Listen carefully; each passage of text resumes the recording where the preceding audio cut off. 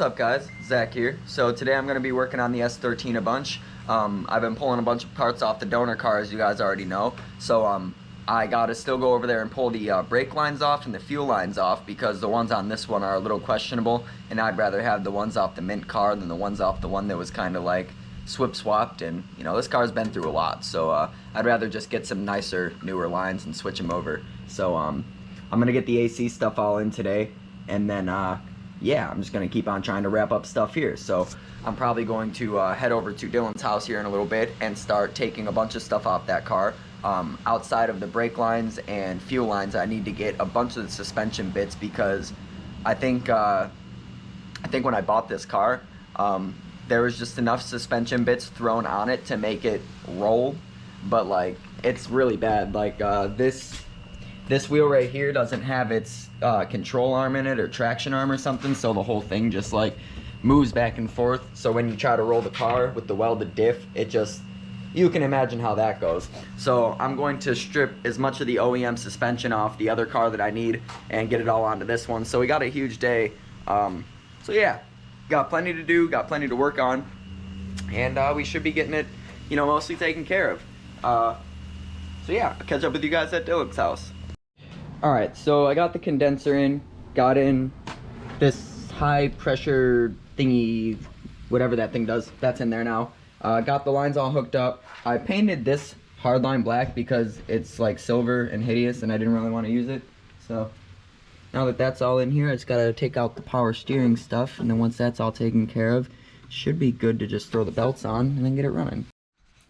Alright, so I didn't really plan on pulling the fuel lines, even though it's what I said I was going to do in the video earlier, but I showed up here so late that I didn't really anticipate doing it, and I kind of wanted to gauge the situation, but I ended up pulling them anyways because, well, I don't know why I did it, but I did it, so it's done. So I'm going to get those home. Not really sure how I'm going to get them home because they're the length of the car, and I drive a G35, so might just have to like open both windows and stick it straight through and hope for the best. So I'm gonna get back to the house and probably get back to this in the morning. So, quick transition, we'll be back to work. Alright, so we're back at the 240 here. So, basically today I'm gonna pull out as much of the suspension stuff as I can, because the steering rack is good. Pretty much everything in here is good, down to the brakes, rotors, everything, because, you know, it was all maintained. So, I'm gonna pull off as much as I can, and then go back over to the other 240 and start putting that one back together. Alright, so I got a bunch of the control arms off and a bunch of the bolts that I need, so I'm going to take it all back to the house and start messing with the 240 over there. I'm going to put the fuel lines in and see what all else I can get tied up, and then go from there.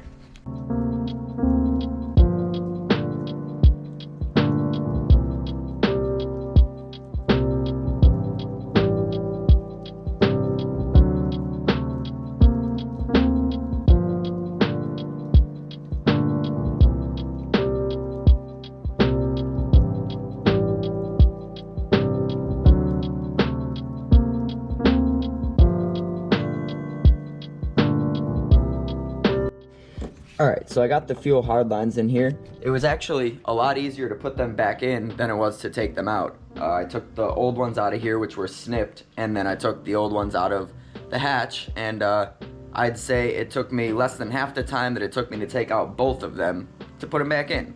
So that was pretty nice. So now I got this set of injectors in the fuel rail and this whole assembly going to the fuel filter right here, but a lot of these injectors are they're busted, so I have this other fuel rail that Tyler let me use with a bunch of injectors that aren't beat to hell. So I'm gonna pull off these hoses and get them lined up and connected to the hard lines, and then the fuel system should be good to go. So the condition of the parts on this car are, you know, pretty questionable.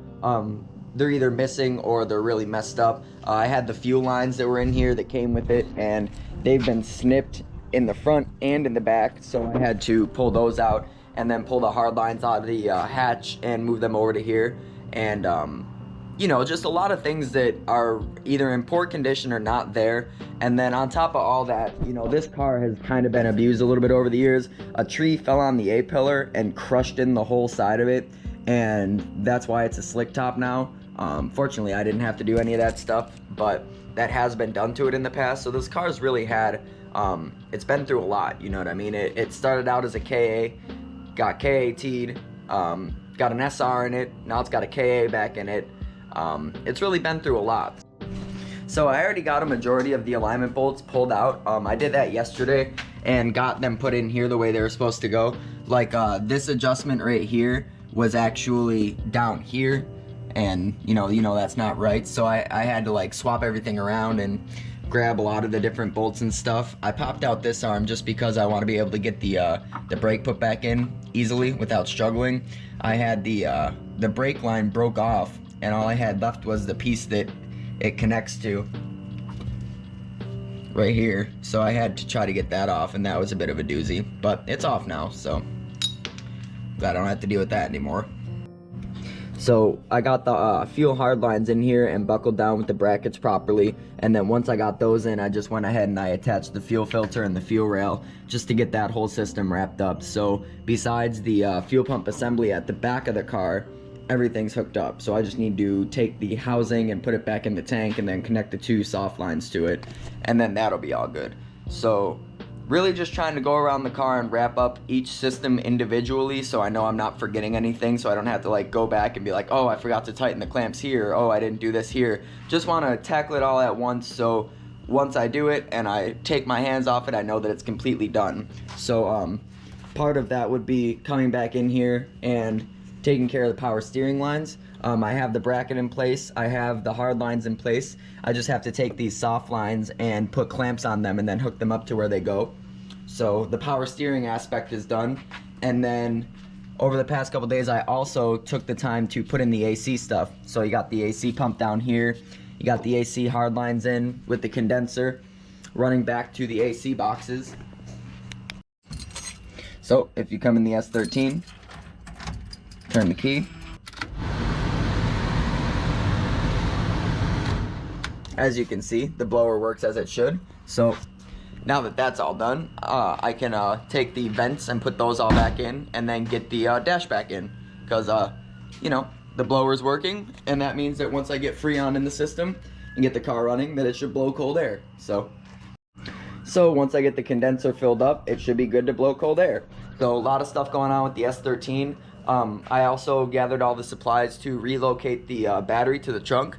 So all I need to get is a little junction to bridge 2 gauge wires together, and then after that I'll be good to put it all together. So I'm gonna run over to the auto store real quick and grab that junction, and then after I get back, I'm gonna relocate my battery to the trunk. So see you guys in a minute. So none of the auto stores had the connector that I need, and Lowe's and Home Depot are closed because it's Easter. So I guess I'll be doing that tomorrow, because Lowe's has the perfect one. It's like for 2 gauge wire, and it's got a screw in each side, and it comes with a little shrink wrap. It's perfect. It's exactly what I need. So I'm gonna go over to Jack's house, and I'm going to pull the power steering hard lines off the coupe for this car, because this car needs them, and the coupe has them. So all I need is a 10mm spanner, but I'm gonna bring the tools anyways. But yeah, I'm gonna go over there and get that taken care of real quick, so I can have the power steering stuff here for this car, because the title's on its way. And if I could find a way to rig up the power steering, that would be fantastic. So the only real difference here is that the power steering pump is on the passenger side of the engine rather than the driver's side. See, on the KA, the power steering pump is on the driver's side. So when you run the lines and you run the bracket, you know, and all this stuff, you can just plug it right into this reservoir. However, if I'm going to be using the stock lines that run along the bottom here, and the stock reservoir that sits right here, then I have to find a way to get the lines fed over to the pump. So that's gonna be something that I have to figure out, and I'm not really sure how I'm gonna do it. So I'll have to look into some options. I know that Hexa sells a kit, and I think Chase Bays might sell a kit. So I'll see if I could just like get the lines maybe, not really sure. I'll talk to them and see what I can work out. I know that Hexa put me together a kit before, but I didn't want to pay $350 for a bunch of stuff that I already have. So yeah, I'm gonna get that figured out. I'll catch up with you at Jack's though.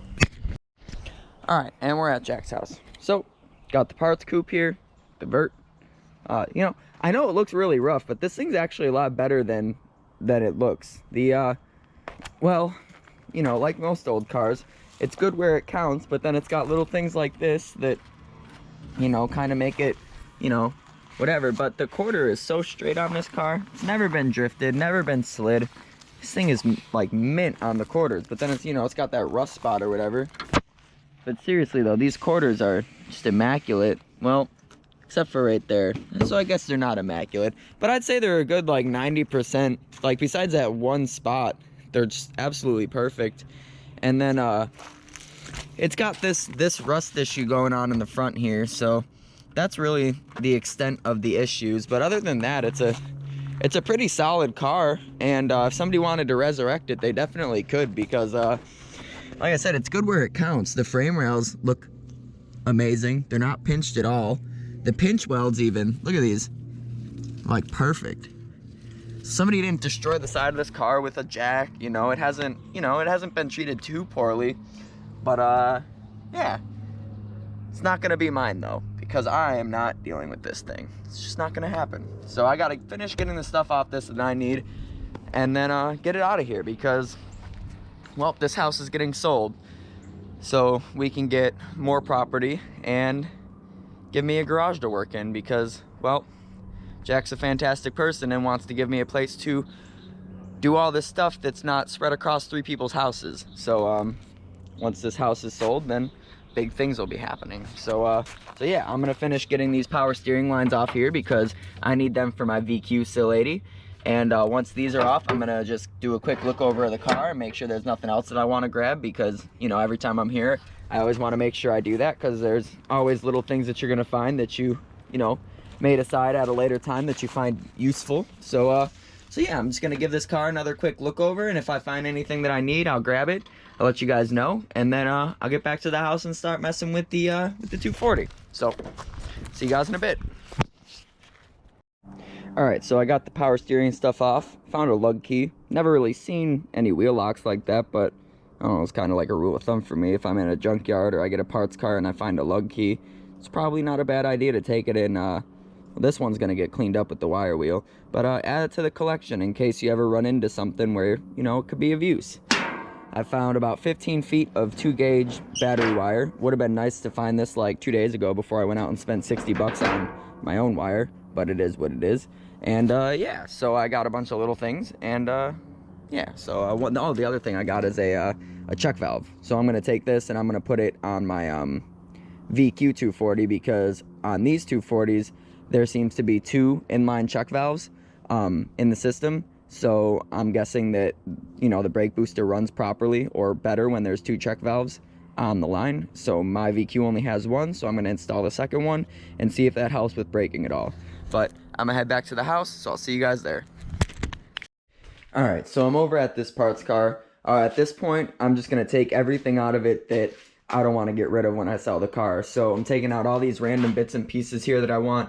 I'm gonna go up to the doors and pull out the door cards and the window regulators, and then I need to grab the ignition and the door locks and then the hatch lock from this, because the 240 that I'm working on at home, the keys don't match the ignition cylinder and it's a complete mess. So I'm going to take the ignition cylinder from this one and the matching door locks and this back lock right here and switch them all over to the coupe. I don't think I can switch this back lock over, but Nissan parts, it's Instagram, they sell a bunch of recreated Nissan parts or parts that they found in warehouses, I'm not really sure, but they sell Silvia trunk badges for like 90 bucks with 2 keys, so I'll just get one of those for the trunk, but I'd like to have matching keys all around.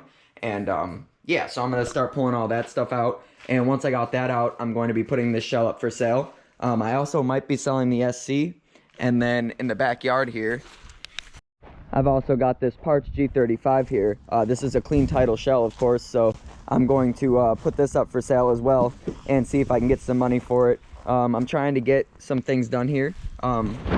Trying to fund something I've wanted for a really long time. If you know me, you know what I'm trying to get, but if you don't, then I'm not really going to clue you in, because I'd like to keep this kind of low-key until it happens, because I don't want to create expectations and not be able to fulfill them and create disappointment for myself. So I'm going to do my best to get rid of my extra shells and my extra parts, maybe engines. I got a few extra engines that I, don't necessarily need around, so I'm gonna see what I can do, and then I'm gonna take all the money I make and try to get something. So I'm gonna keep on taking the stuff off this, and once I get everything off here, I'm gonna take pictures and get it posted up online. So catch up with you guys in a bit. All right, so I got most of this stuff out. The other door panel's already in the car. But yeah, this is pretty much all ready to get posted up for sale. I'm just gonna pull out a few more things. Don't wanna let them go without at least getting my money for them. So yeah, I'm gonna be posting this up for sale and then getting rid of it and seeing what else I can get rid of. And then maybe we're gonna be getting another car. We'll see. Not gonna get my hopes up though, but we'll see what we can make happen. All right, so I'm in the middle of replacing the starter right now because when I turn the key, it just kind of clicks. I've got all the grounds hooked up, so it really only seems like it could be the starter. So I just got to finish getting this bolt out and then put in the new one. But yeah, so I got my buddy Paul coming over right now, and he's bringing me a set of blast pipes for this thing. So he's kind of like, he like lives and breathes KAs, so he should be able to tell me if anything else is going on. But I mean, it's pretty simple. These cars are really basic, and the timing's all lined up, so it really shouldn't not start as long as I don't have the starter. But I don't know. But I know I don't have the O2 sensor, and Tyler was telling me that it'll start anyways. It'll just run like shit, but we'll see. So I'm gonna get the new starter in here and see how it reacts, and if it at least cranks, then I'll hook up the fuel lines to the fuel pump and then try to turn it over. So my dog Paul came through. This dude lives and breathes 240s, and you know my first fucking name. Why do you always? Brian. His name's Brian. His name on Facebook is Paul, and he goes by, his real name's Brian. Well, technically both are my legitimate names. I don't fucking know, dude. My first name is Brian. My middle name is Paul. I sometimes think his name's Bradley, but that's his friend. No, that's the idiot that had this one. Yeah. So He's a good kid, but he's stupid. We ironed it out. It's now cranking, so we're gonna connect the fuel lines and see if we can get it to start real quick. All right, so we got it to the point where now it'll do this.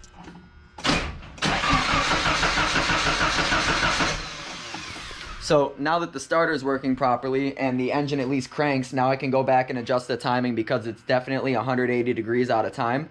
But now I can get everything else ironed out. So I'm really considering getting a Z32 MAF and running the turbo because my RS Enthalpy ECU is only running on 5 pounds, and I now know the person who was using it before me, and they know that it's safe. So I'm going to end the video here, but a lot of progress on the 240, and we should be able to at least get it running under its own power pretty soon here. So like, comment, subscribe, and we'll see you in the next one.